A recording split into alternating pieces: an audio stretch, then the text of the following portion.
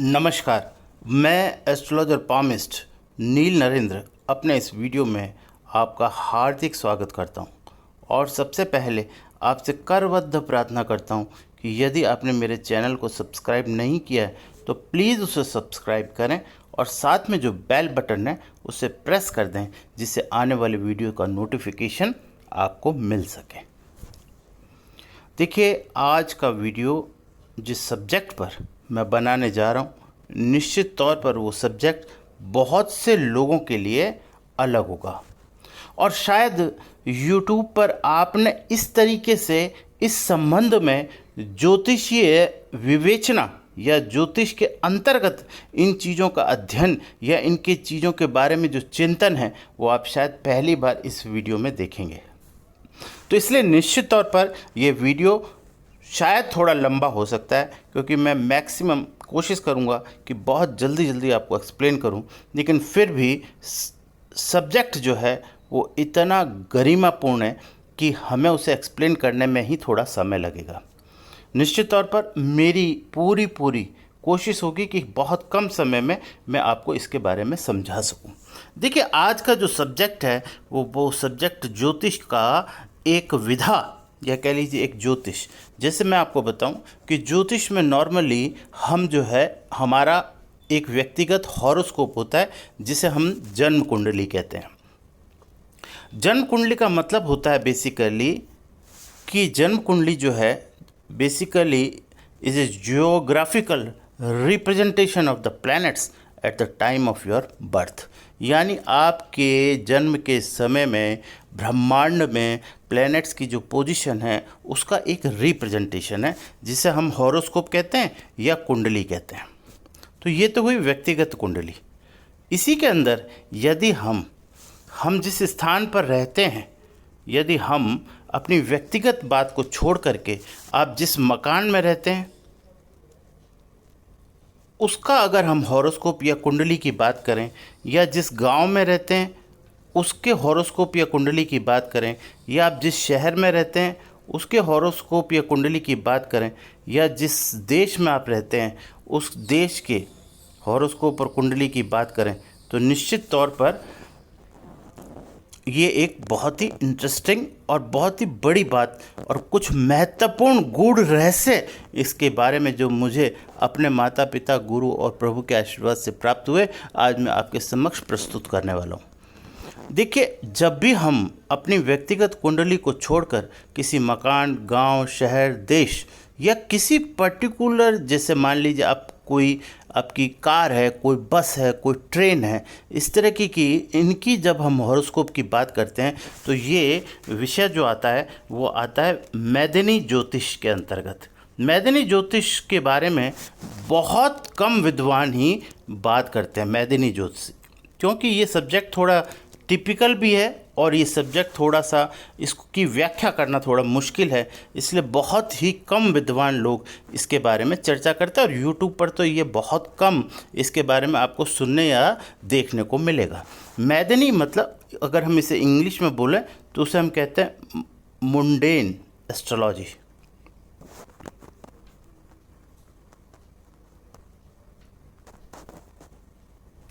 अब देखिए, मैदिनी या मुंडेन एस्ट्रोलॉजी के अंदर जो सबसे पहले मैं एक शॉर्ट में आपको मैं समझा देता हूँ कि जैसे हॉरोस्कोप के अंदर हमारे नॉर्मल हॉरोस्कोप के अंदर यानी एक साधारण हॉरोस्कोप के अंदर 12 भाव होते हैं, तो ठीक इसमें भी हमारे 12 भाव होते हैं। यानी कि इस हॉरोस्कोप में भी आपके 12 भाव ही होंगे निश्चित तौर पर।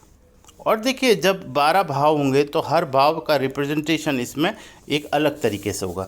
देखिए, नॉर्मली हम यहाँ से 1 गिनते हैं और यहाँ पर हम एंड करते हैं 12 से। ये हमारे भाव हो गए, यानी ये हमारा चौथा हुआ, तो ये 7वां हुआ, तो ये 10वां हुआ। इस तरीके से 1 2 3 4 5 6 7 8 9 10 11 12। तो इस तरीके से थोड़ा सा मैं आपको बता दूं कि जब हम किसी देश की कुंडली की चर्चा करते हैं या किसी देश के हॉरोस्कोप की चर्चा करते हैं तो ये 12 भाव क्या रिप्रेजेंट करते हैं।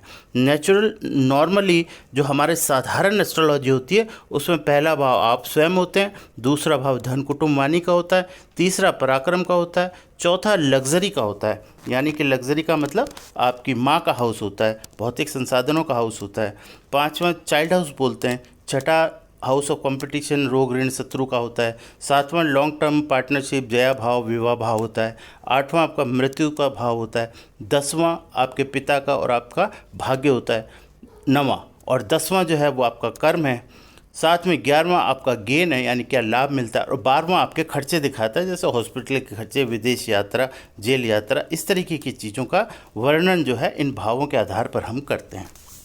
लेकिन ठीक अगर हम मैदानी ज्योतिषी की बात करें और साथ में प्लैनेट्स की भी स्थिति मैं बता देता हूँ कि नॉर्मल हॉरोस्कोप के अंदर जैसे सन हमारे फादर को रिप्रेजेंट करता है, मून हमारी मदर को रिप्रेजेंट करता है, मार्स हमारे छोटे भाई बहन होते हैं, मरकरी हमारे बड़े भाई बहन होते हैं, जुपिटर हमारा गुरु होता है और वीनस शुक्र जो है वो हमारी पत्नी होती है, सैटर्न हमारे अधीनस्थ कर्मचारी होते हैं और राहु और केतु ये जो 2 प्लैनेट हैं इनको हम बहुत तरीके से रिप्रेजेंटेशन करते हैं। यानी क्योंकि राहु और केतु एक एनर्जेटिक यानी एक ऐसे प्लैनेट हैं जिनका कोई अस्तित्व नहीं है वैसे प्लैनेट के रूप में, लेकिन ऊर्जा के रूप में हमारे यहाँ अपने जीवन में काम करते हैं, इसलिए इनकी बहुत महत्ता है। तो राहु और केतु को हम अलग उसी तरीके से एक विष की तरह देखते हैं। यानी हम ये देखते हैं कि जैसे बिजली चमकती है तो उसमें बिजली में जो बिजली चमकती है तो वो बिजली जो चमक रही है वो भी राहु है और जो चमकी यानी जो लाइट आई वो भी राहु है।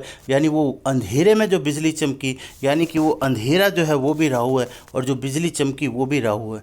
इसी तरह से अगर हम केतु की बात करें तो केतु हमारी मोक्ष प्राप्ति का कारक है, यानी कि वो एनर्जी जो हमेशा सदैव हमें मोक्ष प्राप्ति की ओर ले जाना चाहती है, यानी एक आध्यात्मिक ऊर्जा के रूप में आपके शरीर में काम करती है। लेकिन अगर हम यही बात अगर हम मैदानी ज्योतिषी यानी कि हमारे मुंडेन एस्ट्रोलॉजी में अप्लाई करें तो मुंडेन एस्ट्रोलॉजी में सन का मतलब होता है आपका राजा और राजा का मतलब होता है कि मुखिया, हमारे देश का जो मुखिया है। तो मुखिया कौन होते हैं हमारे देश के? अगर हम मुखिया की बात करें तो पीएम एक ऐसी पोस्ट है यानी प्रधानमंत्री एक ऐसी पोस्ट है जो सन से रिप्रेजेंट होती है। मून का मतलब होता है हमारी नॉर्मल ये जो हम पब्लिक हैं ये हम मून हैं, और मार्स जो होता है वो डिज़ास्टर होता है, और साथ में हमारा जैसे डॉक्टर्स हैं, आर्मी है, पुलिस है, ये सब मार्स के अंतर्गत आते हैं।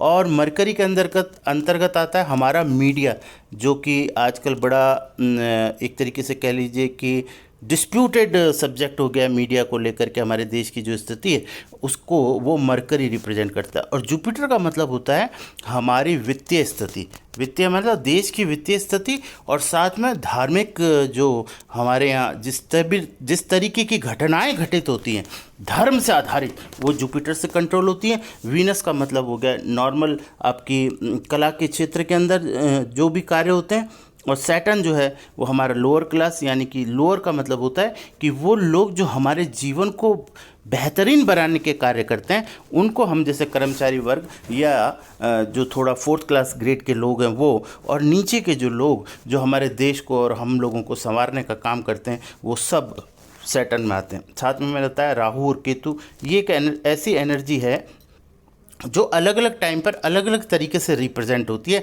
इसी की बात मैं मुख्यतः आपको आगे बताऊंगा तो आपको सुन कर के बड़ा अच्छा लगेगा कि पहली बार कोई एक ऐसा सब्जेक्ट सुनने को और देखने को मिला है जिसको कि आपने इससे पहले कभी इसके बारे में जाना नहीं।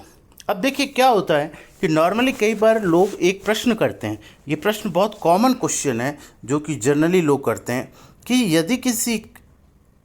यदि किसी दुर्घटना के अंदर बहुत से लोगों की मृत्यु एक साथ हो जाती है, ये क्वेश्चन होता है लोगों का, तो क्या सभी के हॉरोस्कोप के अंदर उस समय मृत्यु का इंडिकेशन होता है? क्या सभी के पाम के अंदर मृत्यु का इंडिकेशन होता है?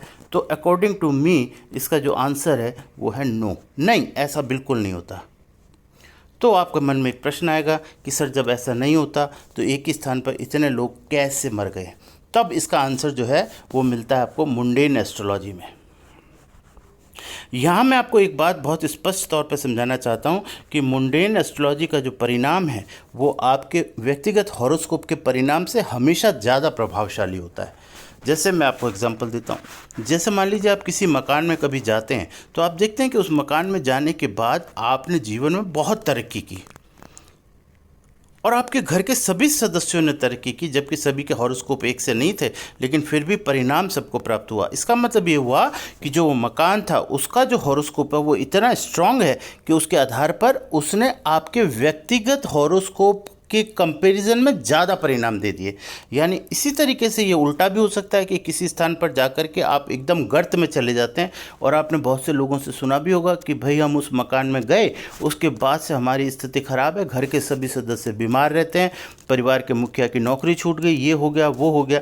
तो क्या सभी के पूरे मेंबर्स जितने भी घर में थे उनके सबके हॉरोस्कोप खराब थे? नहीं, ऐसा नहीं है। इसका मतलब ये हुआ कि जिस स्थान पर आप गए उस स्थान का जो हॉरोस्कोप है, यानी उस मकान का जो हॉरोस्कोप है, वो हॉरोस्कोप इतना कमज़ोर और इतना पावरलेस था कि उसने आपके भी ग्रहों को की पावर को छीन लिया और उसके अपने आधार पर उसके परिणाम दिए।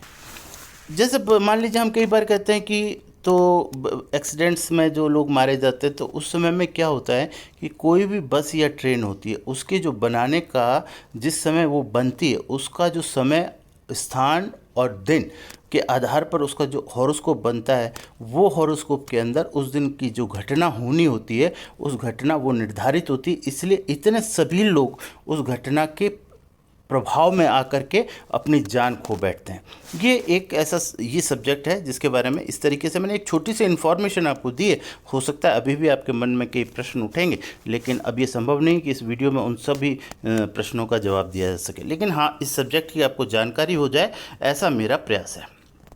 अब देखिए, जब हम बात हिंदुस्तान की यानी हमारे भारत की यानी इंडिया की करते हैं तो इंडिया का जो ऑफिशियल जो टाइम है वो है 15 अगस्त,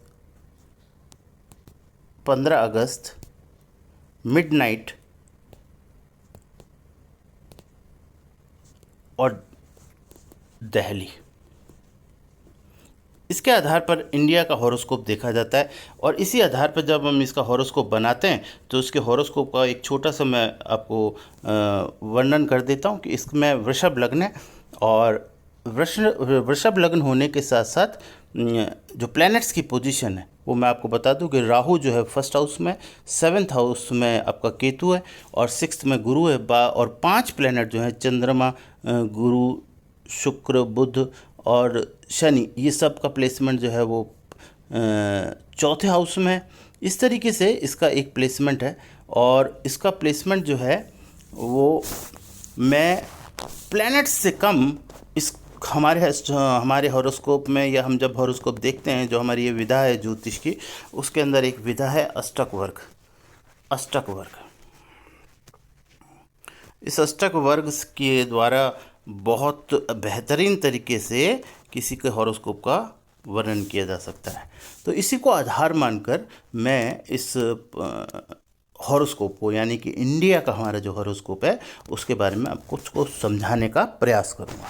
देखिए, हिंदुस्तान का जो हॉरोस्कोप है उसका जो फर्स्ट भाव मैंने क्या कहा, देखिए इसमें अब आपको ये समझना है कि पहला भाव जो है वो मैदानी ज्योतिषी में क्या एक्सप्लेन करता है। तो मैदानी ज्योतिषी में फर्स्ट हाउस जो है, जो नॉर्मली हम स्वयं होते हैं, उसकी जगह वो दिखाता है हमारी जनता को और हमारे देश की प्रोग्रेस को।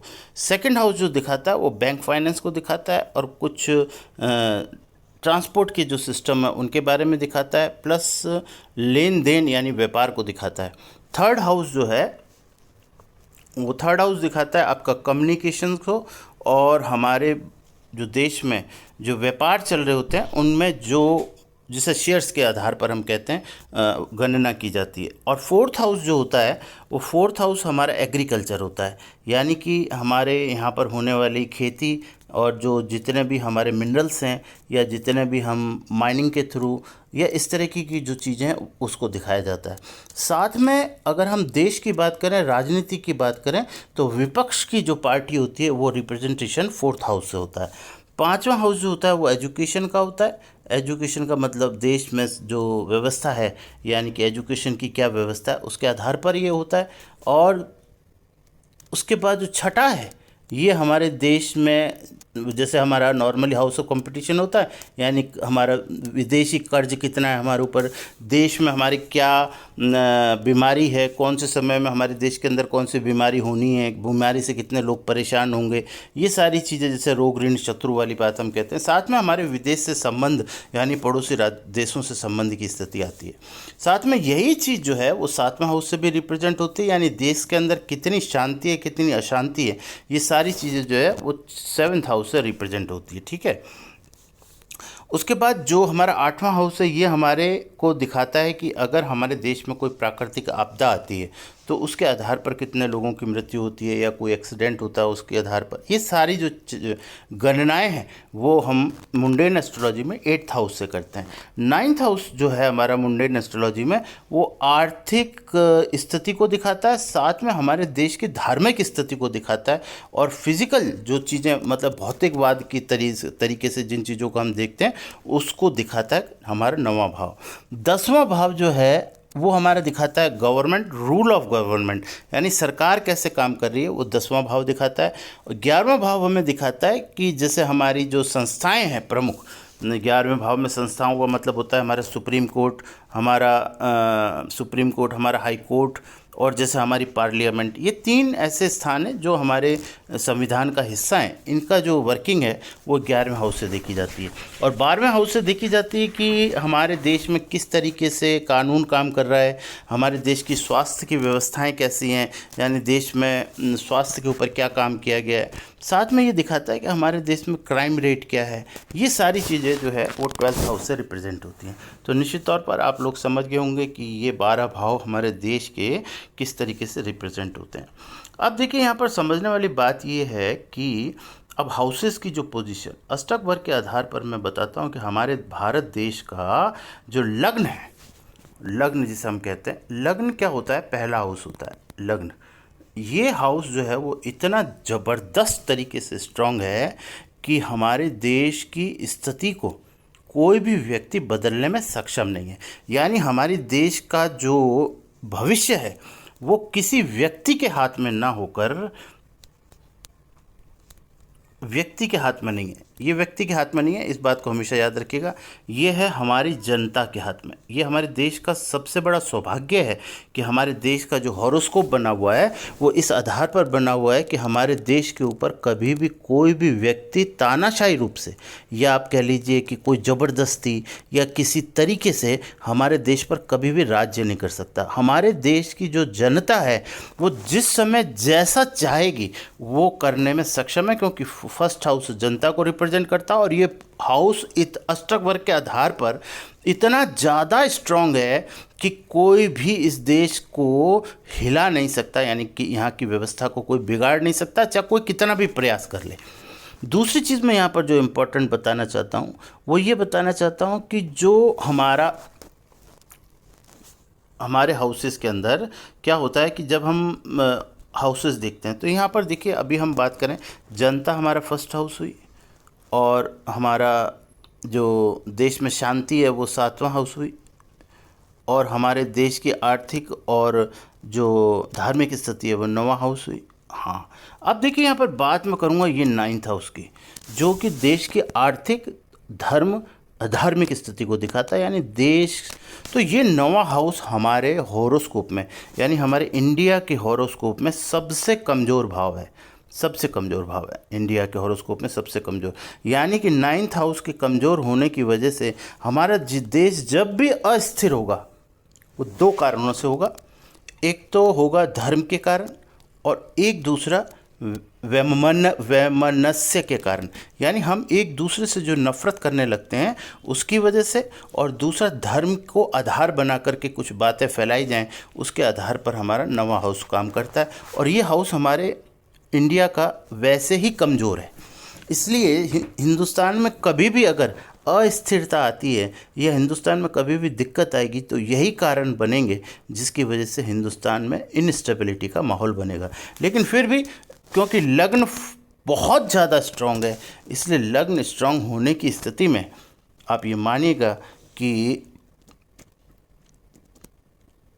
इस देश को कोई भी व्यक्ति डिस्टर्ब करने की स्थिति में नहीं आएगा। उसका रीज़न ये है कि हमारे देश की कुंडली में जो जुपिटर का रोल है, जो कि 6th हाउस में है, और जो अष्टमेश है, इसकी वजह से जीवन में हमेशा एक बात याद रखिए कि इस देश को जब भी कोई बड़ी प्रॉब्लम आएगी तो स्वतः ही, क्योंकि जुपिटर कौन है? गुरु हैं। और किसके गुरु हैं? देव गुरु हैं। देव गुरु जो हैं वो हमारी हमेशा रक्षा करने के लिए इस देश में हमेशा उनका उनका आगमन होगा। यानी कि जब भी कोई स्थिति ऐसी लगेगी कि स्थिति बिगड़ रही है तो उसी समय प्रभु की कृपा होगी इस देश के ऊपर, और उसके आधार पर वो इसे बोलते हैं हम एक तरह से विपरीत राजयोग। यानी कि ऐसी स्थिति के अंदर प्रभु की कृपा से, blessing of the God, goodness of the God की वजह से इस देश को पूरी रक्षा और सुरक्षा की प्राप्ति होगी। बिल्कुल ऐसा ही हमारा हॉरोस्कोप यानी मुंडेन एस्ट्रोलॉजी के हिसाब से हमारे भारत का हॉरोस्कोप बोलता है। साथ में यहाँ पर मैं बता दूँ आपको कि यह देश कभी भी किसी विशेष संप्रदाय का या विशेष जाति का या विशेष कम्युनिटी का कभी नहीं होगा। ये बात हमेशा याद रख लीजिएगा कि जैसा कि कभी कभी लोग कह देते हैं कि ये देश हिंदुत्व के का मतलब उसको रिप्रेजेंट करेगा। नहीं, ये देश हमेशा, जैसे हमने कहा कि सभी वर्ग के लोगों को साथ लेकर चलने वाला देश ही है ये, और ऐसी ही स्थिति इसकी हमेशा रहने वाली है।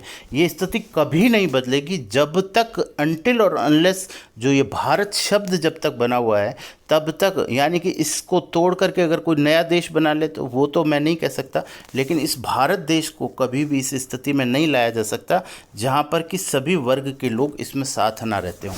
यानी भारत की परिकल्पना आप कभी ऐसे नहीं कर सकते कि जो कि मात्र और मात्र किसी पर्टिकुलर समुदाय को या किसी जाति को या किसी विशेष धर्म को रिप्रेजेंट करता हो। ऐसी स्थिति कभी पैदा नहीं होगी किसी भी स्थिति के अंदर, क्योंकि हमारा हॉरोस्कोप ऐसा बोलता है तो संभव नहीं है ये।